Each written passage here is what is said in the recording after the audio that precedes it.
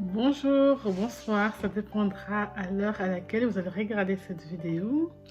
Je suis Natacha et sur cette chaîne, je partage mes lectures basées sur des livres chrétiens. Je vous encourage à lire chaque jour votre Bible. Je vous encourage à méditer votre livre et surtout, je nous encourage à mettre en pratique tout ce que nous lisons. Pourquoi lire? Il est écrit dans Osée 4:6, « Mon peuple périt faute de connaissance. » Soyons de ceux qui lisons afin d'avoir la connaissance de notre Dieu, la connaissance du Dieu qui nous a appelés, du Dieu qui nous aime, du Dieu que nous servons et le Dieu qui nous a confié une mission sur cette terre. Aujourd'hui, je vais vous partager ce livre qui s'intitule « 10 raisons de réussir sa vie ». Livre écrit par Dominique Borg. Il est l'auteur de la série des livres intitulée « Mieux réussir ». Après l'impact de sa biographie du ghetto au barreau, il détaille thème par thème les clés de son succès. Cet avocat entrepreneur s'est appuyé sur son expérience de sa vie et les valeurs qui l'ont soutenu pour armer le maximum de personnes à réussir grand. Dominique Borg est marié et père de 2 enfants. Voilà, 10 raisons de réussir ta vie. Un petit livre pour ceux qui ont du mal avec la lecture. Et bien, ici, on vous encourage à lire. Nous lisons ensemble. C'est un petit livre qui se lit très facilement, donc je vous encourage vivement de vous en procurer. Il est sur les plateformes habituelles Amazon. Je vous mettrai le lien pour pouvoir vous procurer ce livre. Personnellement, je l'ai beaucoup aimé. Vous allez dire que moi j'aime beaucoup tout ce que je lis. Évidemment, je lis des livres qui m'intéressent et des livres qui peuvent m'apporter un plus. Au-delà de la lecture, au-delà de l'amour de la lecture, j'ai lu des livres qui me nourrissent spirituellement et qui m'aident à grandir. 10 raisons de réussir ta vie, c'est un très bon livre. Pourquoi? D'abord, ça commence en affirmant que tout est créé pour un but. Tout est créé pour un but. Nous ne sommes pas sur la terre par hasard. Nous ne sommes pas sur la terre en mode touriste. Nous sommes là pour accomplir une mission. Cela déjà, au-delà de la lecture, au-delà de l'amour de la lecture, j'ai lu des livres qui me nourrissent spirituellement et qui m'aident à grandir. 10 raisons de réussir ta vie, c'est un très bon livre. Pourquoi? D'abord, ça commence en affirmant que tout est créé pour un but. Tout est créé pour un but. Nous ne sommes pas sur la terre par hasard. Nous ne sommes pas sur la terre en mode touriste. Nous sommes là pour accomplir une mission. Tout a été créé pour un but. J'ai été créé pour un but. Toi, tu as été créé pour un but. Tu as été créé pour accomplir une mission. Nous savons tous que nous sommes des êtres spirituels. L'enveloppe est physique. Ce corps, c'est physique. Nous sommes des êtres spirituels vivant une expérience physique sur cette terre. Nous savons que le Créateur nous a mis sur la terre pour accomplir une mission, pour résoudre un problème. Ça, déjà, ça nous rassure. Ça, déjà, ça nous donne la force. On sait que nous ne sommes pas une erreur de hasard. On n'est pas le fruit du hasard. Même si les conditions de notre venue sur la terre ne sont pas des conditions normales ou peu importe la condition, Dieu avait prévu que nous soyons sur cette terre pour accomplir une mission.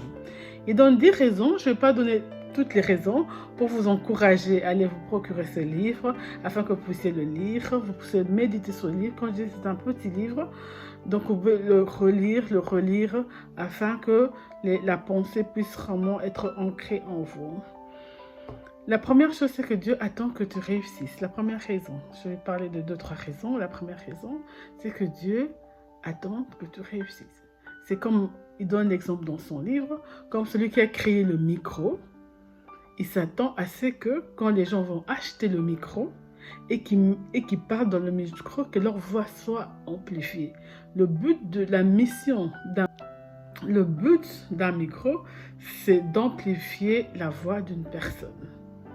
Si ce micro n'atteint pas son objectif, il n'amplifie pas la voix, donc il n'a pas atteint son objectif. C'est comme toi et moi, nous sommes ici sur la terre pour accomplir une mission, pour atteindre un objectif. Donc si nous le faisons, c'est ce que Dieu attend de nous. Là, je prends des raisons qui m'ont touché, comme je dis toujours. C'est un livre que moi j'ai lu, qui m'a parlé. Vous aussi, si vous le prenez, il y aura certainement d'autres raisons qui vont vous toucher, qui vont vous parler, qui vont vous permettre de grandir. Je prends la troisième raison, la société attend que tu réussisses.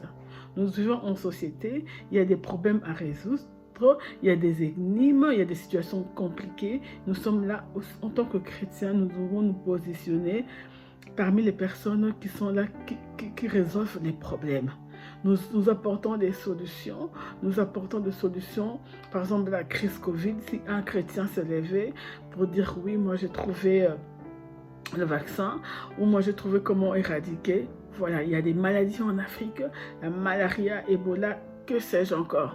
Si nous, en tant que peuple de Dieu, nous nous levons en disant que nous sommes la réponse à tous ces problèmes, la société ne peut qu'aller de l'avant.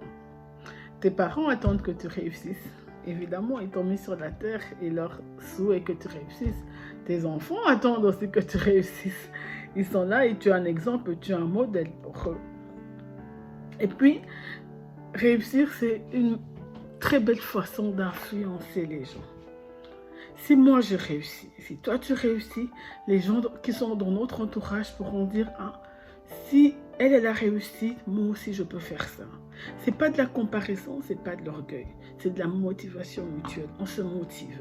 Si l'autre a pu le faire, moi aussi je peux le faire. Si l'autre dans son domaine d'activité, dans son couloir a pu le faire, moi aussi je peux le faire. D'où l'importance de prendre du temps en tant qu'enfant de Dieu, de rechercher sa mission sur la terre, de savoir pourquoi le Seigneur t'a placé sur cette terre. Tu n'es pas venu en mode touriste, tu es venu pour apporter quelque chose. Et dès que tu as trouvé ta mission, dès que tu as trouvé ta voie, dès que tu as trouvé ton couloir, tu te bats pour faire ce que tu dois faire.